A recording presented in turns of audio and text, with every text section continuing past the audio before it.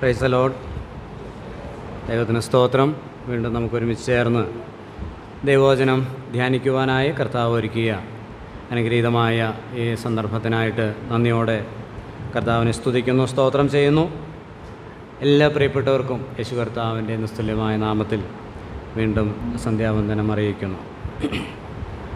നമ്മുടെ കർത്താവായ യേശു ക്രിസ്തു അഹരോനേക്കാളും അഹരോന്യ പൗരോഹിത്യത്തിൽ ഉള്ള എല്ലാ മഹാപുരോഹിതന്മാരെക്കാളും ശ്രേഷ്ഠനാണ് എന്നുള്ള ഹെഡിങ്ങിലാണ് നമ്മളിപ്പോൾ, ശീർഷകത്തിലാണ് നമ്മൾ ചിന്തിച്ചുകൊണ്ടിരിക്കുന്നത്.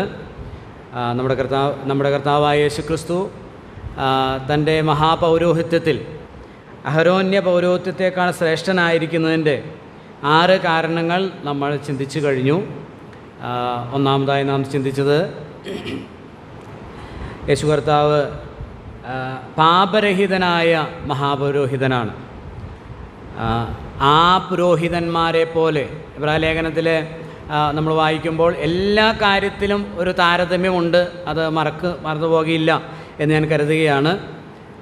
മോശയേക്കാൾ, ദൂതന്മാരെക്കാൾ അല്ലെങ്കിൽ പ്രവാചകന്മാരെക്കാൾ എല്ലാം പറയുമ്പോൾ അവിടെ വ്യക്തമായിട്ട് നമുക്ക് ആ താരതമ്യം കാണാനായിട്ട് കഴിയും. അപ്പോൾ യേശു കർത്താവ് അഹരോന്യ പൗരോഹിത്യത്തെക്കാൾ ശ്രേഷ്ഠമായൊരു പൗരോഹിത്യം യേശു കർത്താവിനുള്ളതിൻ്റെ ഒന്നാമത്തെ കാരണം അവിടുന്ന് പാപരഹിതനായ മഹാപുരോഹിതനാണ്. ആ പുരോഹിതന്മാരെ പോലെ, ബാക്കി പറഞ്ഞാട്ടെ, ആ പുരോഹിതന്മാരെ പോലെ ആദ്യം സ്വന്തം പാപങ്ങൾക്കായും പിന്നെ ജനത്തിൻ്റെ പാപങ്ങൾക്കായി ആകർപ്പിപ്പാൻ ആവശ്യമില്ലാത്തവൻ. ഞാൻ വിചാരിക്കുന്നത് നിങ്ങൾ വായിക്കുന്നുണ്ടെന്നാണ്. ആ ഒരു വിശ്വാസത്തിലാണ് ഞാൻ വീണ്ടും പറയുന്നത്. തീർച്ചയായിട്ടും വായിക്കണം. നമ്മൾ പറയുന്ന ആ പോർഷൻ വായിക്കണം. മാക്സിമം മുടങ്ങാതെ വരണം.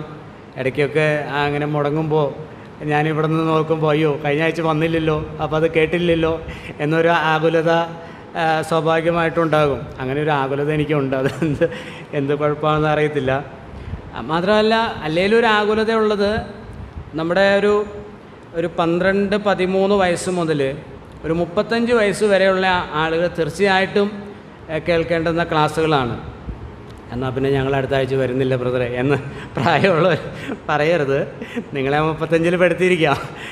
ഓക്കെ, ദൈവം നമ്മളെ സഹായിക്കട്ടെ. കാരണം തീർച്ചയായിട്ടും ഇത് അടിസ്ഥാനപരമായ കാര്യങ്ങളാണ്, നമ്മൾ മനസ്സിലാക്കേണ്ടതാണ്. എല്ലാവരും കേൾക്കണമെന്ന് ഞാൻ ആഗ്രഹിക്കുന്നു, അതുകൊണ്ട് പറഞ്ഞതാണ്.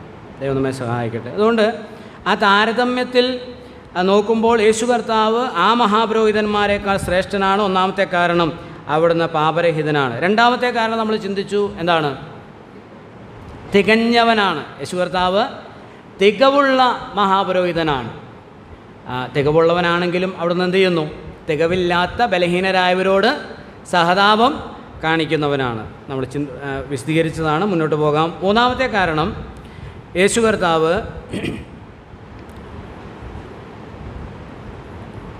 യേശുകർത്താവിൻ്റെ മഹാപൗരോഹിത്യം, നമ്മുടെ കർത്താവായ യേശു ക്രിസ്തുവിൻ്റെ മഹാപൗരോഹിത്യം നിത്യ പൗരോഹിത്യമാണ്, എന്നേക്കുമുള്ളതാണ്, മാറാത്തതാണ്, മാറ്റം വരാത്തതാണ്, അല്ലെങ്കിൽ മാറ്റം വരുത്തുവാൻ ആവശ്യമില്ലാത്തതാണ്. നമ്മളത് ചിന്തിച്ചു. നാലാമത്തെ കാരണം ആണയിട്ടുറപ്പിച്ച പൗരോഹിത്യമാണ്. പഴയ നിയമ പൗരോഹിത്യം, ലേവ്യ പൗരോഹിത്യത്തിന് അങ്ങനെ ഒരു ആണ ദൈവം കൊടുത്തിട്ടില്ല, അങ്ങനെ ഒരു ഉറപ്പ് സത്യം ചെയ്ത് ഉറപ്പിച്ചിട്ടില്ല. എന്നാൽ നീ മൽക്കിസദേക്കിൻ്റെ ക്രമപ്രകാരം എന്നേക്കും പുരോഹിതൻ എന്ന് അരുളി ചെയ്തു, അനുതപിക്കുകയുമില്ല എന്ന് അരുളി ചെയ്തു. 110-ന്റെ 4-ാമത്തെ വാക്യം, 110-ന്റെ 4, സങ്കീർത്തനം 110:4. നീ മൽക്കിസദേക്കിൻ്റെ വിധത്തിൽ എന്നേക്കും ഒരു പുരോഹിതൻ എന്ന് യഹോവ സത്യം ചെയ്തു, അനുതപിക്കുകയുമില്ല. അപ്പോൾ 6-ാം അധ്യായം നമ്മൾ ചിന്തിച്ചതാണ്. അവിടേക്ക് വീണ്ടും വരുന്നുണ്ട്. അവിടെ പറയുന്നുണ്ട് 2 കാര്യമാണ് ദൈവം ചെയ്യുന്നത്. ഒന്ന്, ദൈവം വാക്ക് പറയുന്നു, അല്ലെങ്കിൽ ദൈവത്തിൻ്റെ വചനം, ദൈവം അത് വാക്ക് പറഞ്ഞു. നീ മൽക്കിസദേക്കിൻ്റെ ക്രമപ്രകാരം എന്നേക്കും പുരോഹിതൻ, അത്രയും പറഞ്ഞാൽ മതി. പക്ഷേ ദൈവം എന്ത് ചെയ്തു? സത്യം ചെയ്തു, അനുതപിക്കുകയുമില്ല, സത്യം ചെയ്ത് ഉറപ്പിച്ചു. അപ്പോൾ ആണയിട്ട് ഉറപ്പിച്ച പൗരോഹിത്യമാണ് കർത്താവിൻ്റെ പൗരോഹിത്യം. അതിൻ്റെ അർത്ഥം അവരുടേതല്ല, നമ്മുടെ പുരോഹിതൻ. അതാണല്ലോ ഈ പൗരോഹിത്യത്തിന് നമ്മൾ കൊടുത്തൊരു പേര്. എന്താണ്? നമുക്ക് ഉള്ള പുരോഹിതൻ, നമ്മുടെ പുരോഹിതൻ. ആകയാൽ ദൈവപുത്രനായ യേശു ആകാശത്തിൽ കൂടെ കടന്നുപോയൊരു, എൻ്റെ കൂടെ പറഞ്ഞാട്ടെ, ശ്രേഷ്ഠ മഹാപുരോഹിതനായി നമുക്കുള്ളത് കൊണ്ട് നാം നമ്മുടെ സ്വീകാര്യം മുറുകെ പിടിച്ചുകൊള്ളുക. നമുക്കുള്ള മഹാപുരോഹിതൻ നമ്മുടെ ബലഹീനതകൾ സഹതാപം. അപ്പം നമുക്കൊരു മഹാപുരോഹിതനുണ്ട്, നമുക്ക് പുരോഹിതനുണ്ട്. ആ മഹാപുരോഹിതൻ, നമ്മുടെ പുരോഹിതൻ ലേവ്യ പൗരോഹിത്യത്തിലെ എല്ലാ മഹാപുരോഹിതന്മാരെക്കാൾ ശ്രേഷ്ഠനാണ്. അതിൻ്റെ 4 കാരണങ്ങളാണ് നമ്മളിപ്പോൾ പറഞ്ഞത്. 5-ാമത്തെ കാരണം, നമ്മുടെ മഹാപുരോഹിതൻ എന്ത് ചെയ്യുന്നു? ജനത്തിന് പൂർണ്ണത വരുത്തുന്നു. ലേവ്യ പൗരോഹിത്യത്താൽ ഒന്നും സമ്പൂർണത വന്നില്ലല്ലോ. 11-ാം വാക്യം, 18, 19 വാക്യങ്ങളിൽ അത് വ്യക്തമായി പറയുന്നു. ആ പൂർണ്ണത വരുത്തുന്ന ഒരു പൗരോഹിത്യമാണ് നമ്മുടെ കർത്താവ് വരുത്തിയിരിക്കുന്നത്. സ്തോത്രം. 6-ാമത്തെ കാര്യം നമ്മൾ ഒടുവിലായിട്ട് കഴിഞ്ഞ ആഴ്ചയിൽ ചിന്തിച്ചതാണ്. 6-ാമത്തേത്, ജനത്തിന് നിത്യരക്ഷ നൽകുന്ന പൗരോഹിത്യം. 5-ാം അധ്യായത്തിൻ്റെ 8, 9 വാക്യങ്ങൾ നമ്മൾ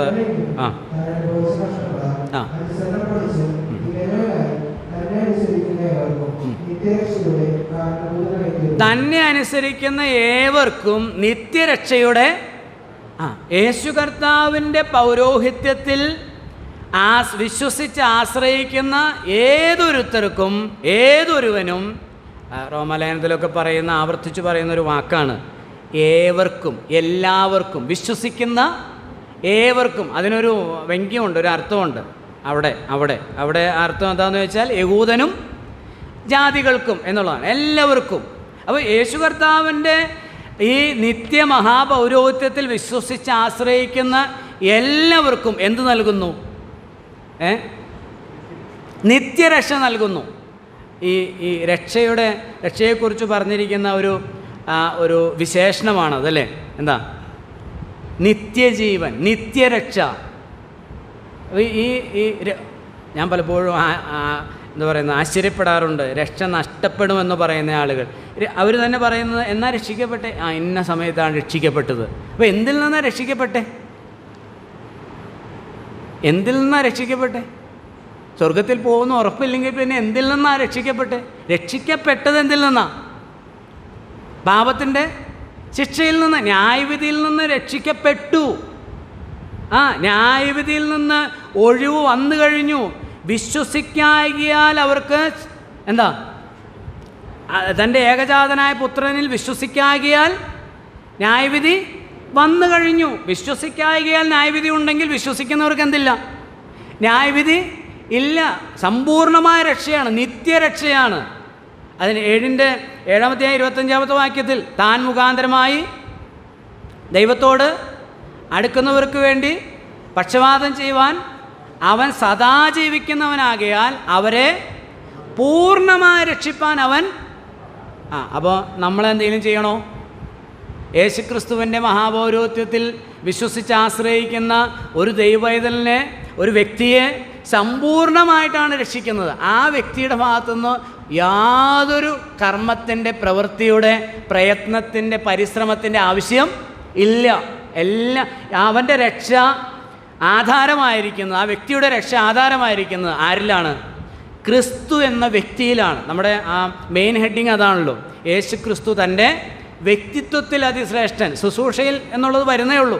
അപ്പോൾ യേശു ക്രിസ്തുവിൻ്റെ വ്യക്തിത്വത്തിൽ, അവിടുത്തെ പൗരോഹിത്യത്തിൽ ഒരു വ്യക്തിയുടെ രക്ഷ സമ്പൂർണ്ണമാണ്. ദൈവത്തിന് സ്തോത്രം. താൻ മുഖാന്തരമായി ദൈവത്തോട് അടുക്കുന്നവർക്ക് വേണ്ടി. ആര് മുഖാന്തരം വേണം ദൈവത്തോട് അടുക്കാൻ? യേശു ക്രിസ്തു മുഖാന്തരം. നമുക്ക് പൗരോഹിത്യ മതങ്ങളോട് പറയാനായിട്ടുള്ളത് അതാണ്. നിങ്ങളുടെ രക്ഷ പൂർണ്ണമല്ലാതിരിക്കുന്നതും നിങ്ങൾ രക്ഷിക്കപ്പെട്ടു എന്നുള്ള ബോധ്യം നിങ്ങൾക്കില്ലാത്തതും നിങ്ങൾ ആവർത്തിച്ച് പാപമോചനത്തിന് കർമ്മം ചെയ്യേണ്ടി വരുന്നതിൻ്റെ കാരണം ദൈവം കാണിച്ചു തന്ന പുരുഷനായ, ദൈവം അയച്ച ഈ മഹാപുരോഹിതനിൽ നിങ്ങൾ എന്ത് ചെയ്യുന്നില്ല? ആശ്രയിക്കുന്നില്ല. ഈ മൽക്കിസദേക്കിൻ്റെ ക്രമത്തിൽ വന്ന ഈ നിത്യമഹാപുരോഹിതൻ, പാപരഹിതനായ സമ്പൂർണനായ മഹാപുരോഹിതനെ നിങ്ങൾ ആശ്രയിക്കാത്തതുകൊണ്ടാണ് നിങ്ങൾക്ക് നിത്യരക്ഷയുടെ ബോധ്യമില്ലാത്തത്. നമുക്കതുണ്ട്. നമ്മുടെ മഹാപുരോഹിതൻ നമ്മെ എന്നേക്കുമായി പൂർണ്ണമായി ദൈവത്തോട് അടുപ്പിക്കാൻ മതിയായവനാണ്, കഴിവുള്ളവനാണ്. അങ്ങനെയാണല്ലോ അവിടെ പറയുന്നത് 7:25. താൻ മുഖാന്തരമായി, ഒന്നുകൂടി പറഞ്ഞാട്ടെ, അത് പഠിച്ചേ പറ്റൂ. 25-ാം വാക്യം 7:25. താൻ മുഖാന്തരമായി ദൈവത്തോട് അടുക്കുന്നവർക്ക് വേണ്ടി പക്ഷപാതം ചെയ്യുവാൻ അവൻ സദാ ജീവിക്കുന്നവനാകയാൽ അവരെ പൂർണ്ണമായി രക്ഷിപ്പാൻ അവൻ പ്രാപ്തനാകുന്നു, കഴിവുള്ളവനാകുന്നു. വേറൊരാളെ അന്വേഷിക്കേണ്ട, ഒരു കാര്യത്തിലും വേറെ ആരെയും അന്വേഷിക്കേണ്ട. സ്പെഷ്യലൈസ്ഡ് ആയിട്ടുള്ള ആളുകളൊക്കെ നിങ്ങളുണ്ടാക്കി വെച്ചിട്ടുണ്ട്. ഒരാളെയും അന്വേഷിക്കാൻ ആവശ്യമില്ല.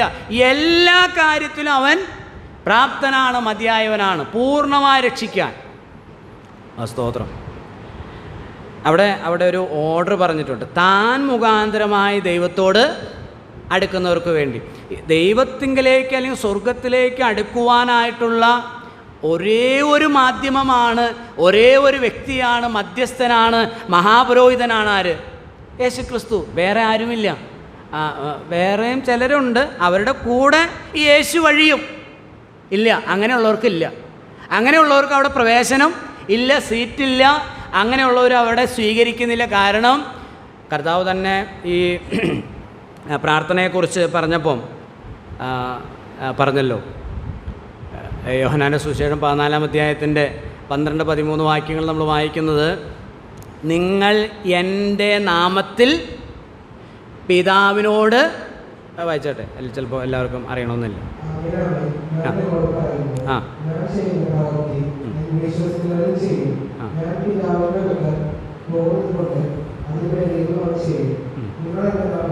ആ 13-ാം വാക്യമാണോ മോനെ? 13. 14-ന്റെ യോഹന്നാൻ 13:14 ഇപ്പോൾ വായിച്ചത്. നിങ്ങൾ എൻ്റെ നാമത്തിൽ,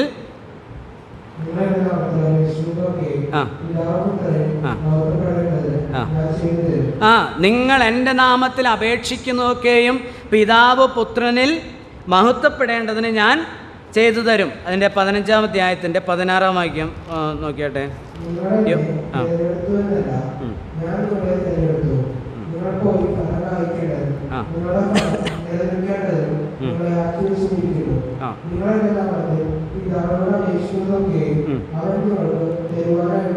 നിങ്ങൾ എൻ്റെ നാമത്തിൽ പിതാവിനോട് അപേക്ഷിക്കുന്നതൊക്കെയും അവൻ നിങ്ങൾക്ക്. അപ്പോൾ ആരോടാ ചോദിക്കണ്ടേ? ആരോടാ ചോദിക്കണ്ടേ?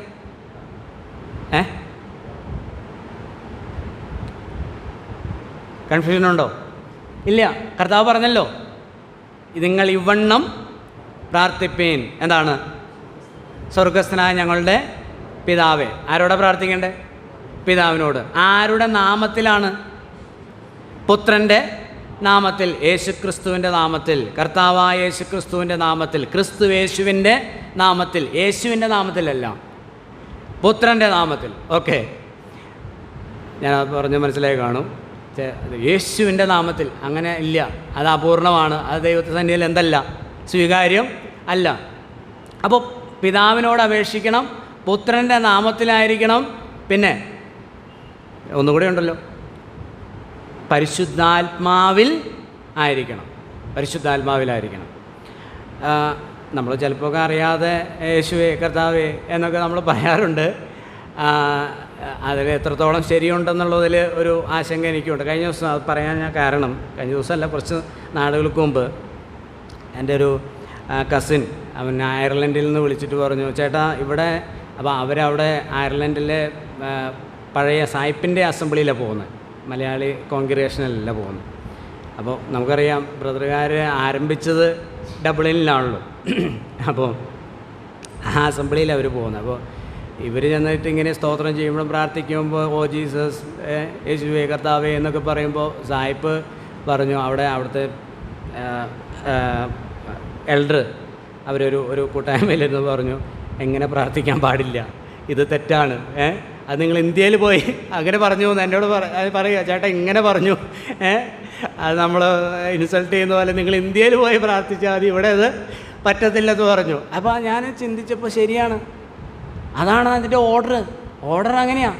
താൻ മുഖാന്തരമായ ദൈവത്തോട് അടുക്കുന്നവർക്ക് വേണ്ടി പക്ഷപാതം ചെയ്യുവാൻ അവൻ സദാ ജീവിക്കുന്നവനാകയാൽ, പാപം സംഭവിച്ചാൽ, വീഴ്ചകളുണ്ടായാൽ, രോഗമുണ്ടായാൽ, ബലഹീനതകളുണ്ടായാൽ, മാനസികമായ സംഘർഷങ്ങളുണ്ടായാൽ, സാമ്പത്തിക ബുദ്ധിമുട്ടുകളുണ്ടായാൽ, എന്തൊരു കാര്യത്തിനും ആര് മുഖാന്തരം?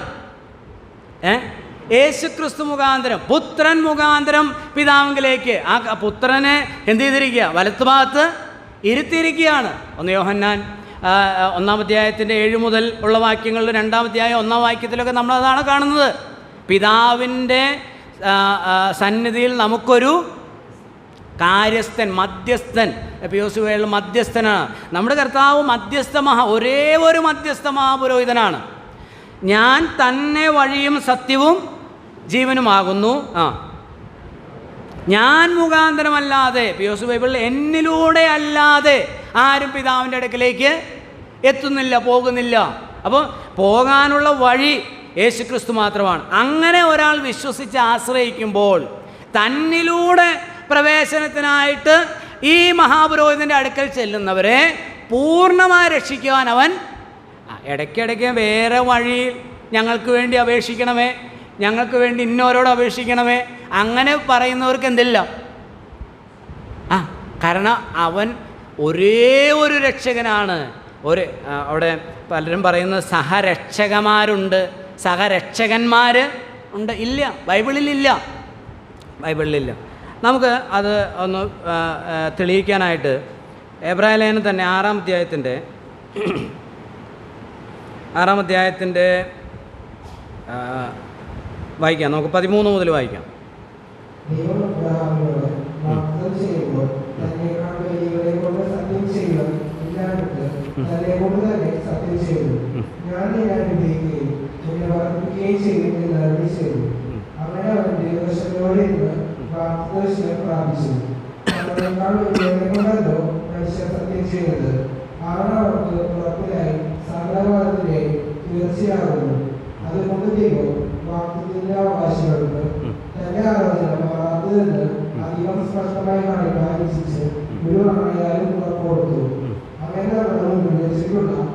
പതിനെട്ട് മുതൽ ശ്രദ്ധിച്ചാട്ടെ. അങ്ങനെ നമ്മുടെ മുമ്പിൽ വെച്ചിട്ടുള്ള പ്രത്യാശ പിടിച്ചുകൊള്ളുവാൻ ശരണത്തിനായി ഓടി വന്ന നാം മാറിപ്പോകാത്തതും ദൈവത്തിന് ഭോഷ്കു പറവാൻ കഴിയാത്തതുമായ 2 കാര്യങ്ങളാൽ ശക്തിയുള്ള പ്രബോധനം പ്രാപിപ്പാൻ ഇടവരുന്നു.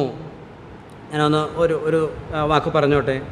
അതായത് നമ്മുടെ ഈ പോർഷൻ നമ്മളിപ്പോൾ ചിന്തിച്ചുകൊണ്ടിരിക്കുന്ന 4-ാം അധ്യായത്തിൻ്റെ യേശുക്രിസ്തുവിൻ്റെ മഹാപൗരോഹിത്യം അഹ്റോൻ്റേതിനേക്കാൾ ശ്രേഷ്ഠനാണെന്ന് പറയുന്ന പോർഷൻ 4-14 മുതൽ 7-ാം അധ്യായത്തിൻ്റെ ഒടുവിലത്തെ വാക്യം വരെയാണ്.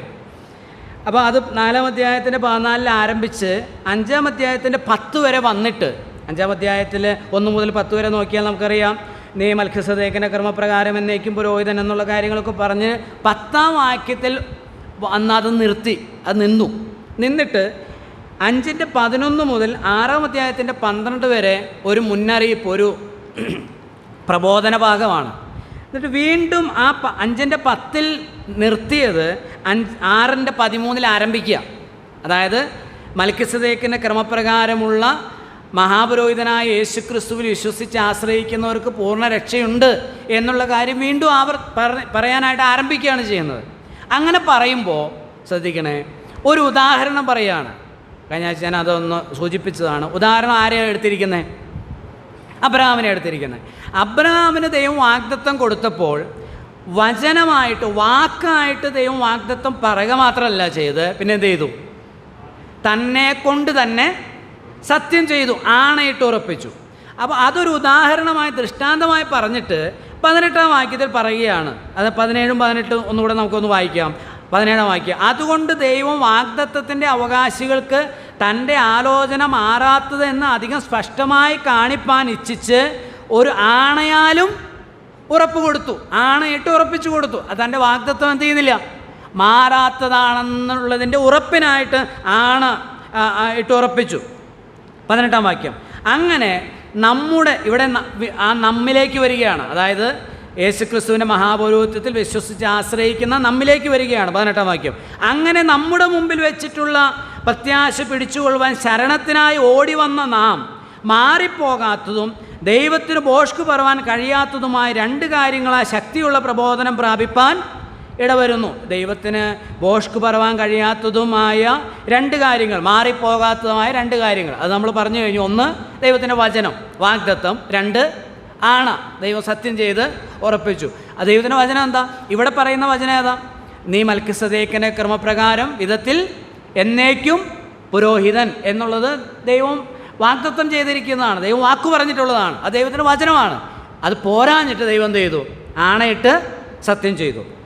അപ്പോൾ അങ്ങനെ ചെയ്തതിനാൽ 4 സൂചകങ്ങൾ, അതായത് യേശുക്രിസ്തുവിൻ്റെ മഹാപൗരോഹിത്യത്തിൽ വിശ്വസിച്ച് ആശ്രയിക്കുന്നവർക്ക് നിത്യരക്ഷയുണ്ട്, പൂർണ്ണതയുണ്ട് എന്നുള്ളതിന് 4 സൂചകങ്ങൾ ഈ 3 വാക്യത്തിൽ പറഞ്ഞിട്ടുണ്ട്.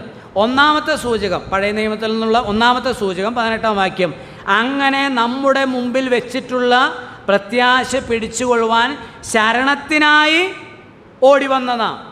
പഴയ നിയമത്തിൽ ശരണത്തിനായി ഓടി വരുന്നത് ഓർക്കുന്നുണ്ടോ? സങ്കേത നഗരത്തിലേക്കാണ്.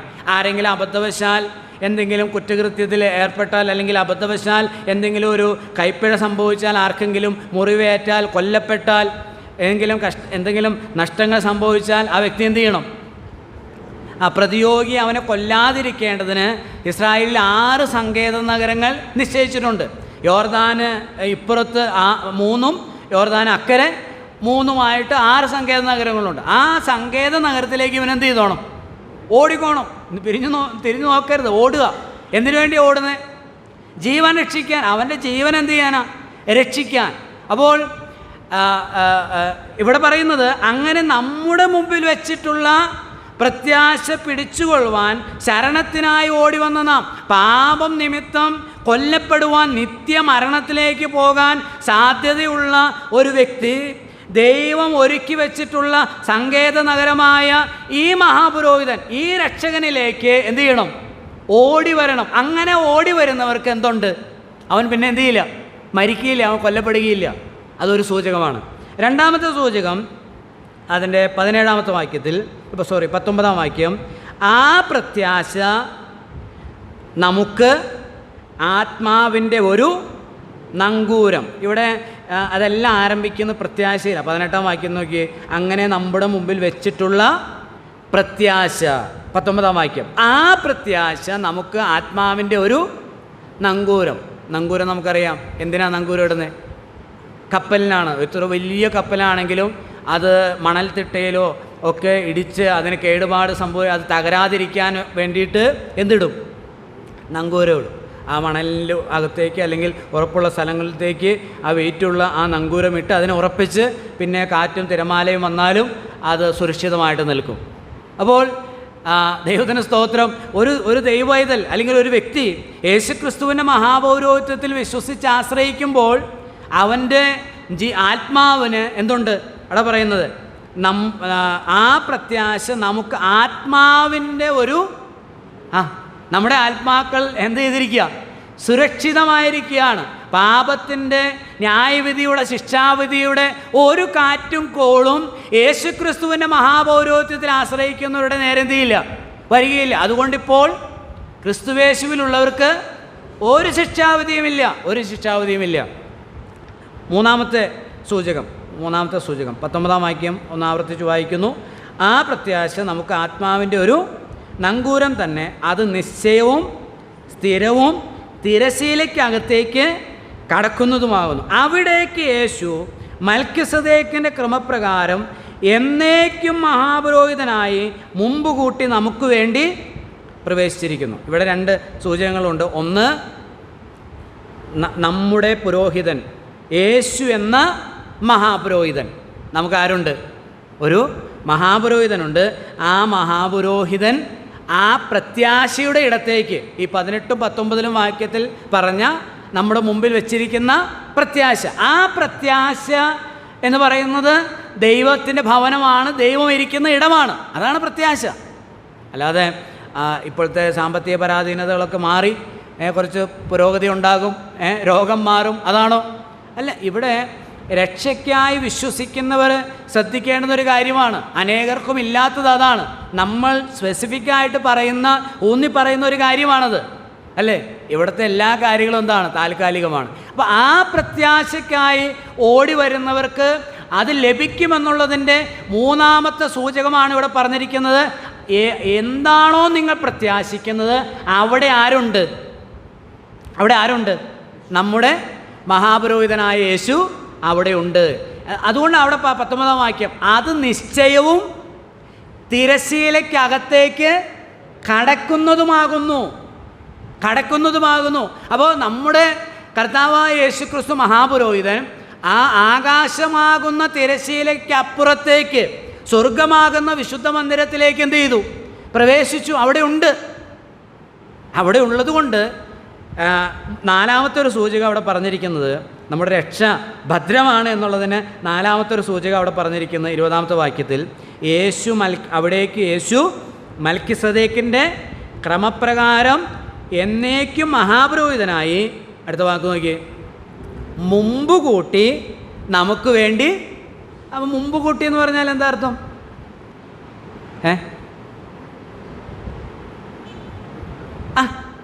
മുമ്പ് കൂട്ടി, ഹി എൻഡേഡ് ആസ് എ ഫോറണ്ണർ എന്നാണ്. ഹി എൻഡേഡ് ആസ് എ ഫോറണ്ണർ, ഒരു മുന്നോടിയായി, നമുക്ക് മുമ്പായി അവൻ എന്ത് ചെയ്തു? മുന്നോടിയായി, നമുക്ക് മുമ്പായി, നമുക്ക് വേണ്ടി മുമ്പ് കൂട്ടി എന്ത് ചെയ്തു? പ്രവേശിച്ചു എന്ന് പറഞ്ഞാൽ എന്താ? നമ്മളെന്ത് ചെയ്യും?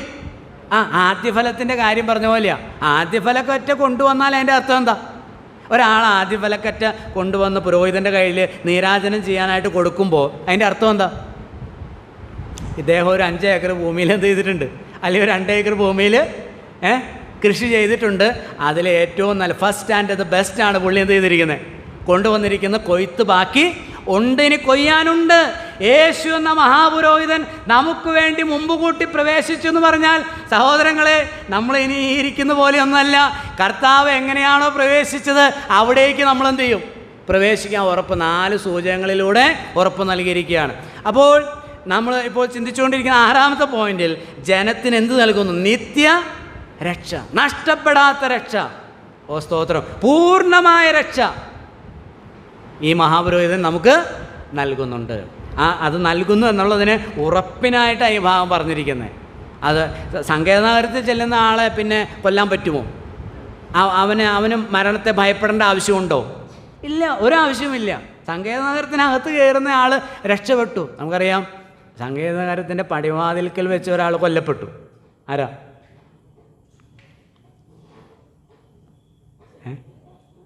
അങ്ങനെയൊക്കെ പെട്ടെന്ന് ചോദിക്കാവോ?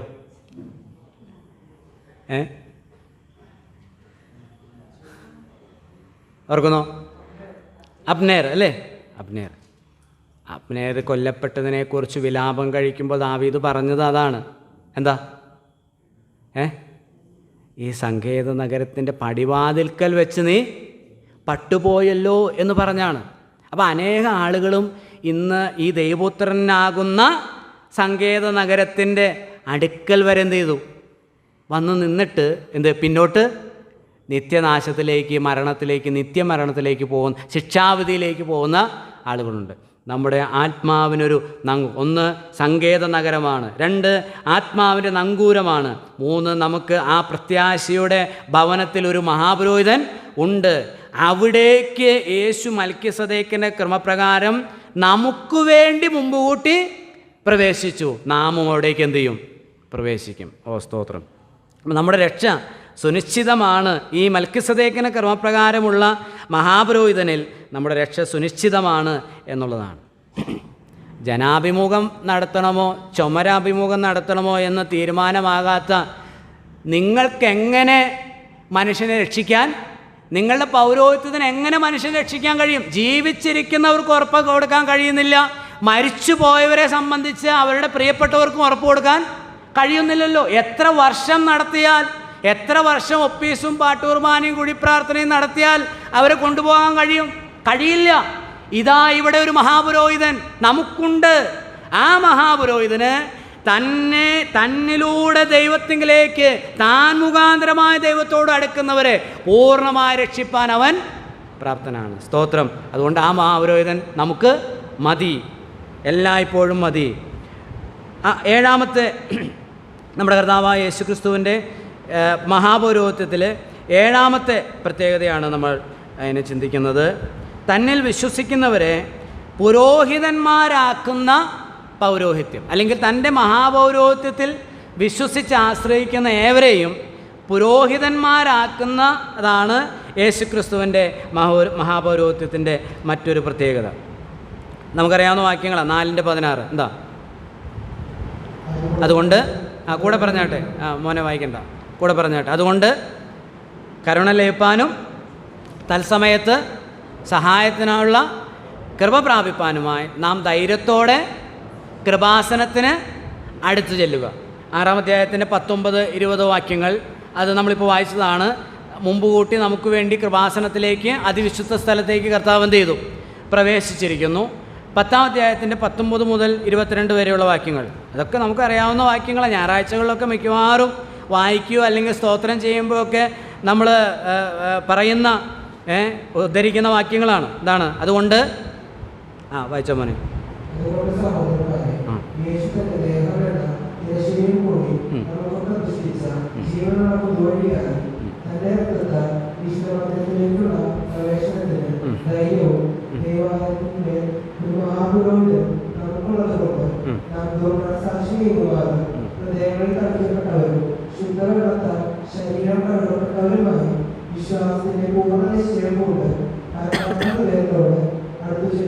മതി. എങ്ങോട്ട് ചെല്ലാനാണ് പറഞ്ഞിരിക്കുന്നത്? എങ്ങോട്ട് ചെല്ലാനാണ് പറഞ്ഞിരിക്കുന്നത്? ദേവാലയത്തിൽ. 2 വാക്ക് അവിടെ പറഞ്ഞിട്ടുണ്ട്. അതുകൊണ്ട് സഹോദരന്മാരെ, യേശു തൻ്റെ ദേഹമെന്ന തിരശ്ശീലയിൽ കൂടി നമുക്ക് പ്രതിഷ്ഠിച്ച ജീവനുള്ള പൊതുവഴിയായി തൻ്റെ രക്തത്താൽ വിശുദ്ധ മന്ദിരത്തിലേക്കുള്ള പ്രവേശനത്തിന് ധൈര്യവും ദേവാലയത്തിൽ ഒരു മഹാപുരോഹിതനും നമുക്കുള്ളതുകൊണ്ട് നാം എന്ത് ചെയ്യുക? ധൈര്യത്തോടെ അടുത്തു ചെല്ലുക. 4:16 വായിച്ചത് എന്താ? ധൈര്യത്തോടെ കൃപാസനത്തിന് അടുത്ത് ചെല്ലുക. കൃപാസനം ഇരിക്കുന്ന എവിടെയാണ്? സമാഗമന കൂടാരം അല്ലെങ്കിൽ പഴയ ജെറുസലേം ദേവാലയത്തിൽ കൃപാസനം ഇരിക്കുന്ന എവിടെയാണ്? അതിവിശുദ്ധ സ്ഥലത്ത്, മോസ്റ്റ് ഹോളി പ്ലേസിലാണ്, അതിവിശുദ്ധ സ്ഥലത്താണ് ഇരിക്കുന്നത്. അവിടേക്ക് ആർക്ക് ചെല്ലാം? അവിടെ ദൈവത്തിൻ്റെ സാന്നിധ്യമുണ്ടെന്ന് കരുതപ്പെടുന്ന ആ സ്ഥലത്തേക്ക് മഹാപുരോഹിതന് മാത്രം എപ്പോൾ ചെല്ലാം? ആണ്ടിലൊരിക്കൽ, വർഷത്തിലൊരിക്കൽ മാത്രം ചെല്ലാം. അപ്പോൾ ഈ സാധാരണക്കാരൻ എവിടെ നിൽക്കും? ആത്മീ സാധാരണക്കാരൻ എവിടെ നിൽക്കും?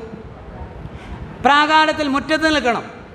അപ്പോൾ അതിന് തൊട്ട് മുമ്പായിട്ട് നമ്മൾ ആ തിരുനിവാസം, പിന്നീട് ചിത്രം കാണിക്കാം, ആ തിരുനിവാസമാണ് 2ആയിട്ട് വേർതിരിച്ചിരിക്കുന്നത്. ആദ്യത്തെ ഭാഗം വിശുദ്ധ സ്ഥലവും അതിന് 2ാമത്തെ ഭാഗം അതിവിശുദ്ധ സ്ഥലമാണ്.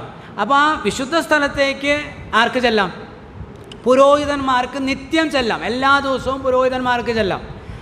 വിശുദ്ധ സ്ഥലത്തിന് അപ്പുറത്തുള്ള, തിരശ്ശീലയ്ക്ക് അപ്പുറത്തുള്ള അതിവിശുദ്ധ സ്ഥലത്തേക്ക് മഹാപുരോഹിതന് വർഷത്തിലൊരിക്കൽ ചെല്ലാൻ കഴിയുള്ളൂ. അവിടെ നിയമപ്പെട്ടകമുണ്ട്. ആ നിയമപ്പെട്ടകത്തെ മൂടുന്ന ആ സ്വർണം കൊണ്ട്, തങ്കം കൊണ്ട് അടിച്ച് പരത്തിയിരിക്കുന്ന അതിനെ മൂടിക്കാണ് നമ്മുടെ ഭാഷയിൽ പറയുക. മൂടി അല്ലെങ്കിൽ അടപ്പിനാണെന്ന് പറയുന്നത് കൃപാസനം എന്ന് പറയുന്നത്. കൃപാസനം. അപ്പോൾ കൃപാസനത്തിലേക്ക് ചെല്ലുക എന്ന് പറഞ്ഞാൽ എവിടേക്കാണ് ചെല്ലണ്ടേ? അതിവിശുദ്ധ സ്ഥലത്തേക്ക്, ദൈവ സാന്നിധ്യത്തിലേക്ക് ചെല്ലണം. അവിടേക്ക് ചെല്ലാൻ പറയുക. അവിടേക്ക് ആർക്കെ ചെല്ലാൻ കഴിയുള്ളൂ? മഹാപുരോഹിതനെ കഴിയുള്ളൂ. പക്ഷെ നമ്മളോട് പറയുക ചെല്ലാൻ. അങ്ങോട്ട് ചെല്ലാൻ നമ്മോട് പറയുകയാണ് അങ്ങോട്ട് ചെല്ലാൻ. അപ്പോൾ യേശുക്രിസ്തുവിൻ്റെ മഹാപൗരോഹിത്യത്തിൽ വിശ്വസിച്ച് ആശ്രയിക്കുന്നവരെ ആരാക്കുന്നു? ആ തിരശ്ശീല കീറിക്കളഞ്ഞിട്ട് നമ്മെ പുരോഹിതന്മാരാക്കി യേശു കർത്താവിൻ്റെ അടുക്കിലേക്ക്, യേശു എവിടെയാണോ അവിടേക്ക് നമ്മെ കൊണ്ടെത്തിക്കുന്നു. പത്രോസിൻ്റെ 1-ാം ലേഖനം നമുക്കറിയാവുന്ന വാക്യം, എങ്കിലും ഒന്ന് വായിക്കാം. 1 പത്രോസ് 2-ാം അധ്യായത്തിൻ്റെ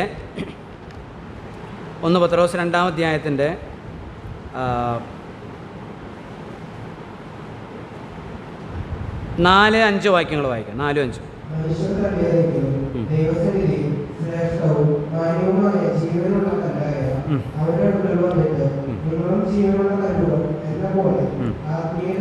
ഇനി ഒന്ന് ശ്രദ്ധിക്കണേ. നിങ്ങളും ജീവനുള്ള കല്ലുകൾ എന്ന പോലെ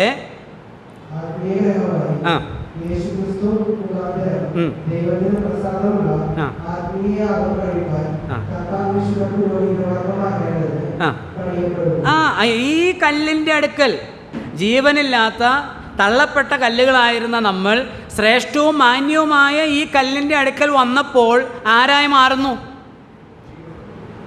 ജീവനുള്ള കല്ലായി. എന്തിനാ ജീവനുള്ള കല്ലായേ? 5-ാം വാക്യം. ജീവനുള്ള കല്ലുകൾ എന്ന പോലെ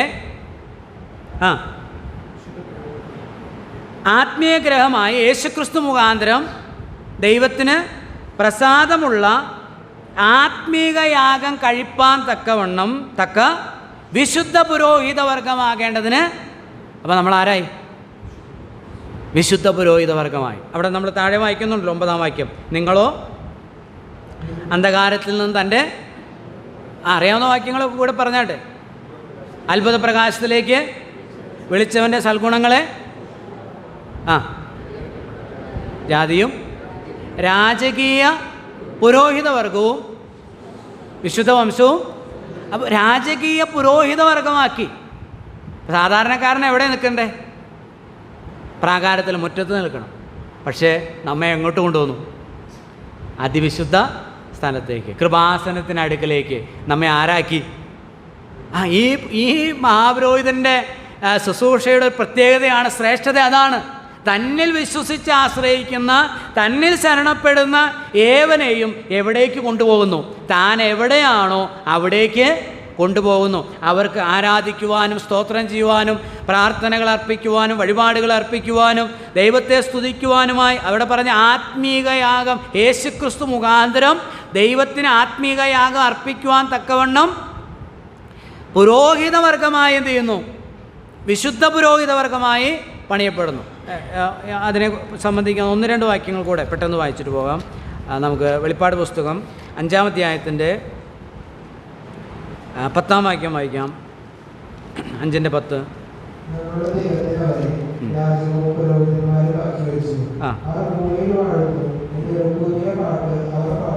സകല ഗോത്രത്തിലും ഭാഷയിലും വംശത്തിലും ജാതിയിൽ നിന്നുള്ളവരെ ദൈവത്തിനായി വിലയ്ക്ക് വാങ്ങി ഞങ്ങളുടെ ദൈവത്തിന് അവരെ രാജ്യവും ആരാ? പുരോഹിതന്മാരാണ്. 1-ാം അധ്യായം 5-ാം വാക്യത്തിലുമുണ്ട്. വെളിപ്പാട് 1:5. മരിച്ചവരിൽ നിന്ന് ആദ്യജാതനും ഭൂരാജാക്കന്മാർക്ക് അധിപതിയുമായ യേശു ക്രിസ്തുവിൽ നിന്ന് അതിൻ്റെ 6-ാം വാക്യം.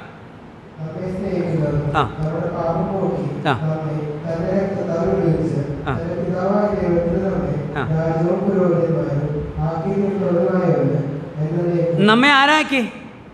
രാജ്യവും പുരോഹിതന്മാരുമാക്കി. അപ്പോൾ ഇപ്പോൾ വേറെ ഒരാളുടെ ആവശ്യം നമുക്ക് ഇല്ല. നമുക്ക് നേരിട്ട് എന്ന് എന്ത് ചെയ്യാം? നമുക്ക് വേണ്ടി തന്നെ പ്രാർത്ഥനയും വഴിപാടും അർപ്പിക്കുവാൻ തക്കവണ്ണം പുരോഹിതന്മാരാക്കി, രാജകീയ പുരോഹിതന്മാരാക്കി, വിശുദ്ധ പുരോഹിതവർഗമാക്കി, രാജ്യവും പുരോഹിതന്മാരുമാക്കി നമ്മെ തീർത്തിരിക്കുകയാണ്. നമുക്കെന്ത് ചെയ്യാം? എവിടേക്ക് ചെല്ലാൻ കഴിയും? കൃപാസനത്തിലേക്ക്, ദേവാലയത്തിൽ, വിശുദ്ധ മന്ദിരത്തിലേക്ക്. 10-ാം അധ്യായത്തിൽ പറഞ്ഞിരിക്കുന്ന പോലെ ദേവാലയത്തിലേക്ക്, വിശുദ്ധ മന്ദിരത്തിലേക്ക്, കൃപാസനത്തിലേക്ക് അടുത്ത് ചെല്ലാം. അപ്പോൾ എവിടെയത് കൃപാസനം? അടുത്ത് ചെല്ലാൻ പറഞ്ഞിട്ടുണ്ടല്ലോ അല്ലേ? ധൈര്യത്തോടെ കൃപാസനത്തിന് അടുത്ത് ചെല്ലുക. 4:16. 5-ാം അധ്യായത്തിലും 21-ാം വാക്യത്തിൽ ധൈര്യത്തോടെ അടുത്ത് ചെല്ലുക. അപ്പോൾ അതെവിടെയാണ് അടുത്ത് ചെല്ലാൻ?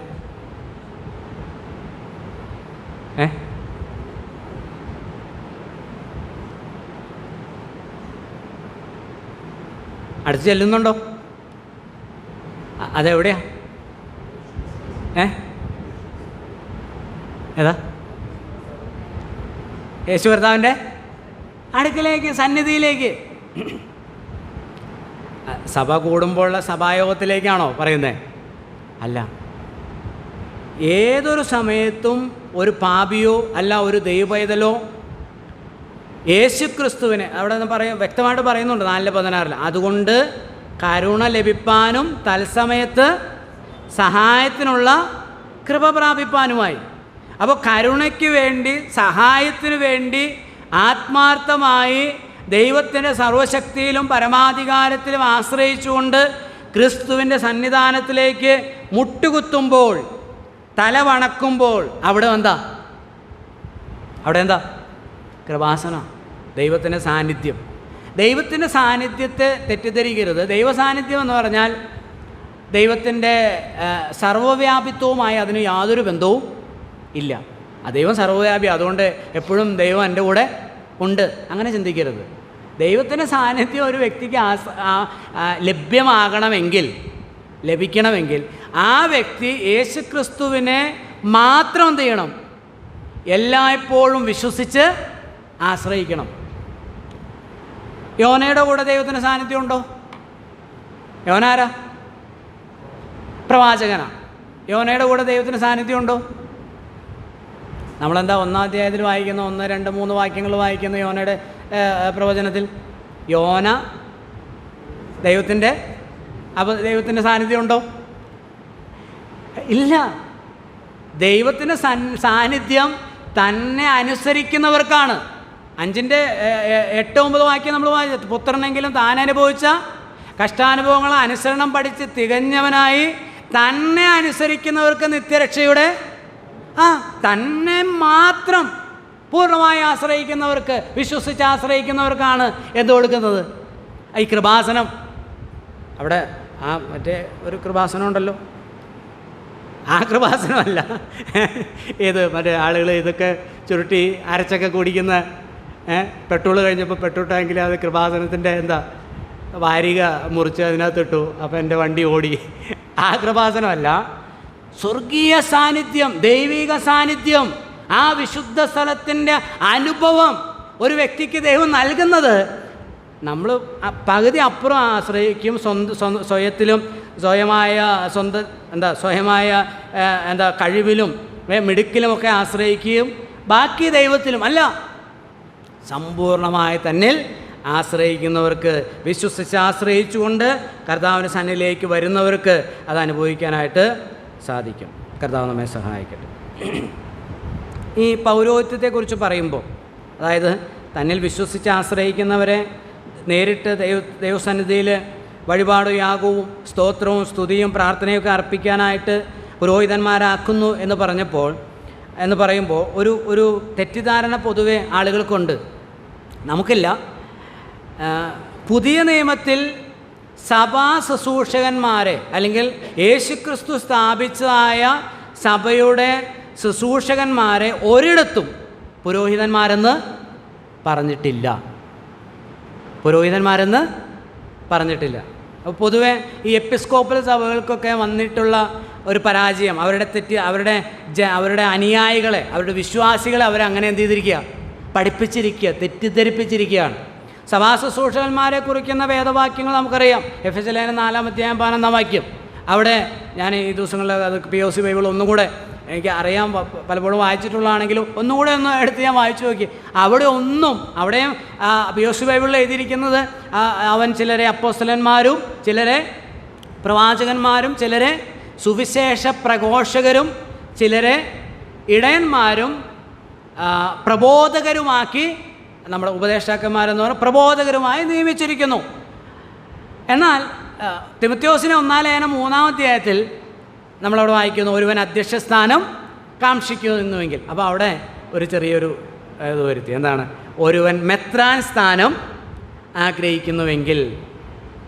അപ്പം അത് മെത്രാൻ എന്നുള്ള തെറ്റായ പദമല്ല. അപ്പോൾ നമുക്കറിയാം ഇംഗ്ലീഷിൽ ബിഷപ്പ് എന്നാണ് പറഞ്ഞിരിക്കുന്നത്. അപ്പോൾ ഈ ബിഷപ്പ് എന്ന് പറയുമ്പോൾ ഉടനെ നമ്മുടെ പോലും മനസ്സിലേക്ക് വരുന്നത് എന്താ? ബിഷപ്പ് എന്ന് പറഞ്ഞാൽ ആരായിരിക്കും? ഈ തൊപ്പിയും വടിയും ഒക്കെ പിടിച്ച് വേഷഭൂഷാദികളോടുകൂടെ വരുന്ന ഒരാളെ ആണ് ബിഷപ്പെന്ന് കരുതുന്നത്. അത് ആ വാക്കിനെ എന്താ പറയുന്നത്, വഷളാക്കി അതിനെ ചില തെറ്റായ രീതിയിലേക്ക് ആ വാക്കിനെ കൊണ്ടുവന്നു. ഒരു ഉദാഹരണം പറഞ്ഞാൽ, ഹിന്ദിയിൽ സനാതൻ, ഈ സനാതൻ എന്ന് പറയുന്നത് മനോഹരമായിരിക്കുന്ന ഒരു വാക്കാണ്. ദൈവത്തിൻ്റെ നിത്യത്വത്തെ കുറിക്കുന്ന, അല്ലെ ഗോഡ് ഈസ് ഇറ്റേണൽ എന്ന് നമുക്ക് അത് ഹിന്ദിയിൽ ട്രാൻസ്ലേറ്റ് ചെയ്യുകയാണെങ്കിൽ ഏറ്റവും നല്ല വാക്കെന്ന് പറയുന്ന സനാതനാണ്. പരമേശ്വർ സനാതൻ ഹേ. പക്ഷേ ഇത് നമുക്ക് അവിടെ പോയി, ഞാൻ ഇടയ്ക്ക് പോകുന്നതുകൊണ്ട് അവിടെ പോയി ഇത് പറയാൻ പറ്റുന്നില്ല. പരമേശ്വർ സനാതൻ എന്ന് പറയുമ്പോൾ ആളുകൾ ഇങ്ങനെ കണ്ണുപിടിച്ച് നമ്മുടെ മുഖത്തേക്ക് നോക്കുകയാണ്. കാരണം ആ വാക്കിനെ എന്താക്കി? വഷളാക്കി. സനാതൻ ധർമ്മം. അപ്പോൾ അതൊരു മതം ആ വാക്കെന്ത് ചെയ്തു? എടുത്തു. ഇപ്പോൾ ബിഷപ്പ് എന്ന് പറയുമ്പോൾ ആളുകൾ ഉടനെ ചിന്തിക്കുന്ന ഈ കുറേ സഭകളുടെ മേൽ അധികാരം നടത്തുന്ന ഒരു ബിഷപ്പായിട്ട്. അപ്പോൾ ആ ബിഷപ്പ് എന്ന് പറയുമ്പോൾ അതൊരു പുരോഹിതനാണ് എന്നാണ് ചിന്തിക്കുന്നത്.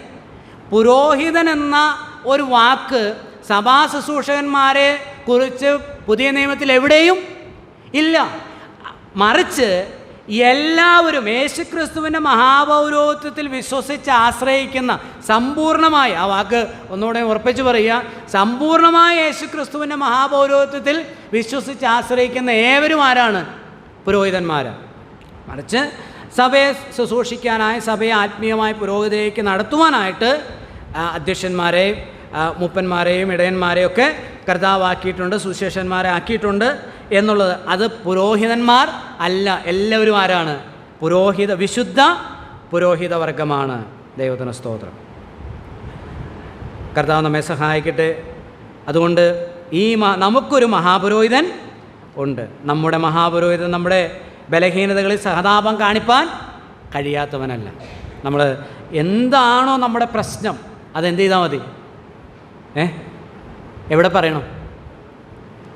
ഈ കർത്താവിൻ്റെ മഹാപൗരോഹിത്യത്തിൽ ഊന്നിപ്പറയുന്ന ഒരു കാര്യമാണ്, കർത്താവിൻ്റെ മഹാപൗരോഹിത്യം മാറാത്തതാണ്, മാറാത്ത പൗരോഹിത്യമാണ്. നമുക്ക് മാറി മാറി പുരോഹിതന്മാർ വരുന്ന ഈ ആളുകൾ, അവർ ചെന്ന് പുരോഹിതൻ്റെ ചെവിയിലേക്ക്, ആ കൂട്ടിനകത്ത് ആ ഡോറ് തുറന്ന് ചെവിയിലേക്ക് പറയുക. ഇനി 3 കൊല്ലം കഴിയുമ്പോൾ അല്ലെങ്കിൽ അടുത്ത കൊല്ലം വേറെ ആളുടെ ചെവിയിലാണ് എന്ത് ചെയ്യുന്നത്. പിന്നെ ആദ്യം പോലെ ഇത് വീണ്ടും എന്ത് ചെയ്യണം? പറയണം. നമുക്കൊരു മഹാപുരോഹിതനുണ്ട്. കേൾക്കാനായിട്ട് താൻ എന്ത് ചെയ്യാം? കൃപാസനം തുറന്നു വെച്ച് അതങ്ങനെ അടയ്ക്കുന്നില്ല, നിത്യം എന്ത് ചെയ്തിരിക്കുക? തിരശ്ശീല നമ്മൾ വായിക്കാൻ, തിരശ്ശീല എന്ത് ചെയ്തു? തിരശ്ശീല കീറിക്കളഞ്ഞു. അവിടെ അതിന് ഡോറില്ല. അത് അവിടേക്കുള്ള ആ യേശു തൻ്റെ ദേഹമെന്ന തിരശ്ശീലയിൽ കൂടെ പ്രതിഷ്ഠിച്ച ജീവനുള്ള പുതുവഴിയായി ദേവാലയത്തിലൊരു മഹാപുരോഹിതനുള്ളത് കൊണ്ട്, സ്തോത്രം, അവിടേക്ക് ധൈര്യത്തോടെ എന്ത് ചെയ്യാം? കടന്നു ചെല്ലാം. ധൈര്യത്തോടെ കടന്നു ചെല്ലാൻ ഒറ്റ കാര്യം മതി. ഒന്ന്, പശ്ചാത്താപം. പാപം ചെയ്തിട്ടുണ്ടെങ്കിൽ, നമ്മുടെ ഭാഗത്ത് കുറവുകളുണ്ടെങ്കിൽ, അതാണ് അവിടെ കരുണ ലഭിപ്പാൻ. 2, സഹായത്തിനുള്ള കൃപ പ്രാപിപ്പാൻ. അപ്പോൾ 2 കാര്യം ഉണ്ട് അവിടെ. ഈ മഹാപുരോഹിതന്മാർ അവിടെ ചെല്ലുമ്പോൾ, കൃപാസനത്തിലേക്ക് ചെല്ലുമ്പോൾ എങ്ങനെയാണ് ചെല്ലുന്നത്? 2 കയ്യിലും എന്തുണ്ടാവും? രക്തം ഉണ്ടാവും. ഒരു കയ്യിലെന്താ? കാളയുടെ രക്തവും ഒരു കയ്യിൽ ആട്ടുകൊറ്റൻ്റെ രക്തവും. അതെന്തിനാ? ഒന്ന്, സ്വന്തം പാപങ്ങൾക്ക്, തൻ്റെ കുടുംബത്തിൻ്റെ പാപങ്ങൾക്ക്. 2, ജനത്തിൻ്റെ പാപങ്ങൾക്ക്. 2ഉം തുല്യമായിട്ടാണ് ചേർത്തുകൊണ്ടാണ് ചെല്ലുന്നത്. അത് ഞാൻ അതിനെങ്ങനെ പറയട്ടെ, ദൈവത്തിൻ്റെ സന്നിധിയിലേക്ക് ചെല്ലുമ്പോൾ ദൈവം ആഗ്രഹിക്കുന്നതാണ് പശ്ചാത്താപവും അനുതാപവും ഏറ്റുപറച്ചിലോടും കൂടെ മനസ്സ് പുതുക്കിക്കൊണ്ട്, മാനസാന്തരപ്പെട്ടുകൊണ്ട് ചെന്ന് സഹായത്തിനുള്ള കൃപ പ്രാപിക്കുന്ന ഇടമാണ് കൃപാസനം. അവിടെ തുറന്നിട്ടിരിക്കുക. അവിടെ ചെല്ലുമ്പോൾ അയ്യോ ഒന്നും പറ്റില്ല എന്ന് പറയുന്നില്ല. അല്ലെങ്കിൽ ആ ബെഞ്ചിൽ കൊണ്ട് കൊടുക്കുക, ആ ഡെസ്കിലിരിക്കുന്ന ആ സാറിൻ്റെ അടുക്കൽ, അത് ഇവിടെയല്ല അവിടെ കൊടുക്ക്, ഇല്ല. ഈ പൗരോഹിത്യ മതങ്ങളിലുള്ള ആളുകളുടെ അവരുടെ ഒരു കഷ്ടം നമ്മളൊന്ന് ആലോചിക്കണം. അവർക്ക് ഓരോന്നിനും ഓരോ ഡെസ്ക് വെച്ചിരിക്കുക, കൗണ്ടർ വെച്ചിരിക്കുക, അല്ലേ? പ്രേമിക്കുന്നവർക്ക് വരെ കൗണ്ടറുണ്ട്. എന്തൊരു ദുരന്തമാണെന്ന് ആലോചിക്കണം. പ്രേമിക്കുന്നവർക്ക് വരെ കൗണ്ടറുണ്ട് അവിടെ. കോഴിക്ക് കൗണ്ടർ, കോഴിയെ കാണാതെ പോയാൽ അതിന് പറ്റിയ ആളുണ്ട്. പാമ്പിൻ്റെ ശല്യം ഉണ്ടെങ്കിൽ അതിന് പറ്റിയ ആളുണ്ട്. എന്തൊരു ദുരന്തമാണെന്ന് ആലോചിക്കണം. എന്നാൽ നമുക്കൊരു മഹാപുരോഹിതൻ ഉണ്ട്. നമ്മെ സഹായിക്കുന്ന, നമ്മെ രക്ഷിക്കുന്ന, നമ്മെ ഊർജ്ജസ്വലരാക്കുന്ന, നമ്മെ ധൈര്യപ്പെടുത്തുന്ന, നമുക്ക് മാതൃകയായി ജീവിച്ച് താൻ തന്നെ പരീക്ഷിതനായി കഷ്ടമനുഭവിച്ചിരിക്കാൻ പരീക്ഷിക്കപ്പെടുന്നവരെ സഹായിപ്പാൻ അവൻ കഴിവുള്ളവനാണ്. എല്ലാം അനുഭവിച്ചിട്ടുള്ള ഒരു മഹാപുരോഹിതൻ നമുക്കുണ്ട്. അവനെ നമുക്ക് ആശ്രയിക്കാം, ശരണപ്പെടാം. നമ്മുടെ ആത്മീയ ജീവിതം, ക്രിസ്തീയ ജീവിതം സന്തോഷപൂരിതമാക്കി മുന്നോട്ട് കൊണ്ടുപോകുവാൻ കർത്താവ് നമ്മെല്ലാവരെയും അനുഗ്രഹിക്കുമാറാകട്ടെ.